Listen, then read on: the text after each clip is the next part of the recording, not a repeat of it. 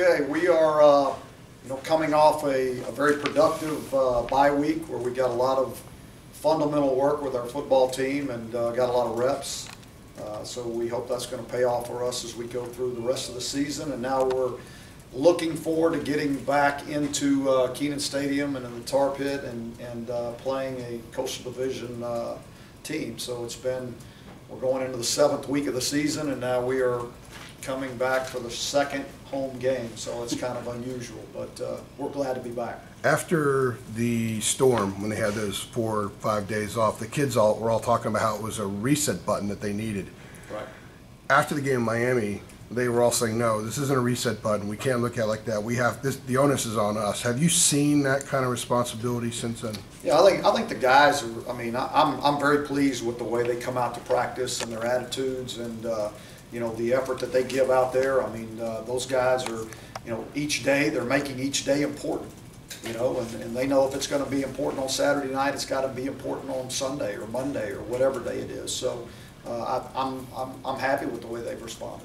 Have you ever had a season where you're in week 7, you only played 1 home game? Not that I can recall. No. How much does that affect the team? I mean, being on the road all the time like that. Yeah. Well, the other part of it is, I mean, we're kind of creatures of habit, and this has been a season where you haven't been able to get into a normal week routine, and so that really won't take place until this next week where we start getting into the same routine of a normal week, so it's really unusual. I know you don't make excuses, but is there an adverse effect to that, do you think? I mean, there could be, but I don't know the answer to that. I mean, I'm not going to use that as a reason why we're in the situation we're in right now. It's just you have to deal with whatever situations come up. With the week to do the fundamentals and get the reps, have you come to any clarity as to how the quarterback situation is going to shake out on Saturday? We're getting closer. Yeah, I think our guys are competing well. I think they're all anxious to prove that they can play better than what we have at the position, and so I think the competition's been really good. So we'll have somebody ready to go out there on Saturday. Since you're not going to name who it is there any chance that you'll go with 2, or are you committed to getting 1 guy and having him be the guy? There's a chance anything could happen. Beyond like ball security and obviously not turning the ball over, what else are you really looking for with the quarterback position? You're looking at everything. We evaluate each and everything. I mean, how they carry themselves off the field, what they do leadership-wise. Obviously taking care of the football is the most important thing they can do. And then just the decision-making process, understanding situational football. The game is situational, and you need to understand, when do I need to pick this first down up, and when is it okay to punt? All those things have to be understood. When you look at Chaz on film with the throws he made in Miami, what stood out with the mistakes that he made in that game? It was just a decision-making process. That's all it was. It was just processing and making the right decision based on what he saw. Is that how much of that is when you're not in the flow? You're the suspension and you're behind coming in. I mean, that was sort of the first time we've seen him all year. I mean, Yeah. Has that put him behind? I know you're trying to prepare him behind the scenes as much as you can, but.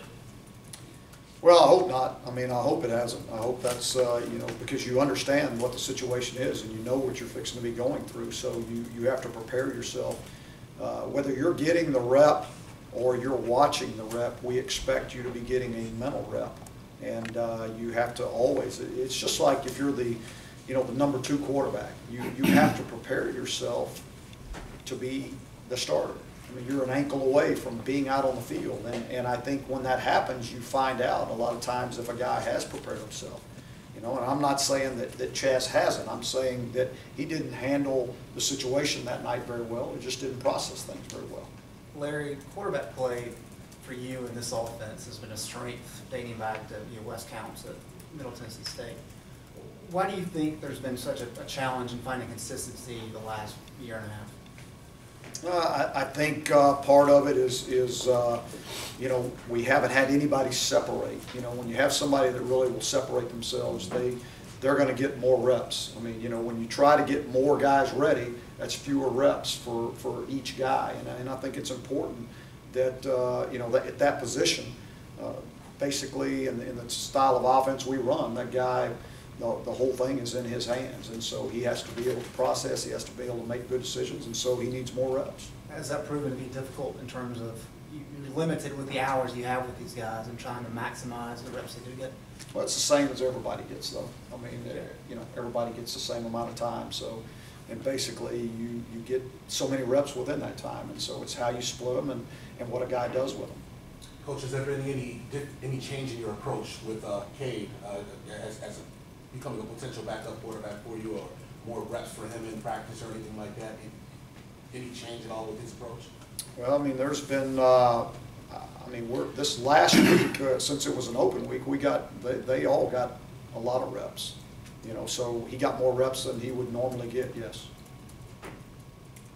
Was the bye well timed, I guess, though, in the sense that when you have a game like the way it went in Miami, those things can snowball on a team?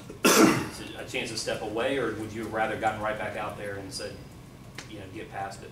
Well, there's two trains of thought. You can get right back out there and, you know, get the taste out of your mouth as quickly as possible and move on, or you can, you know, go back to fundamentals and do the things that, whenever the bye week comes, that's what you're going to do anyway. You're going to prepare yourself for the rest of the season.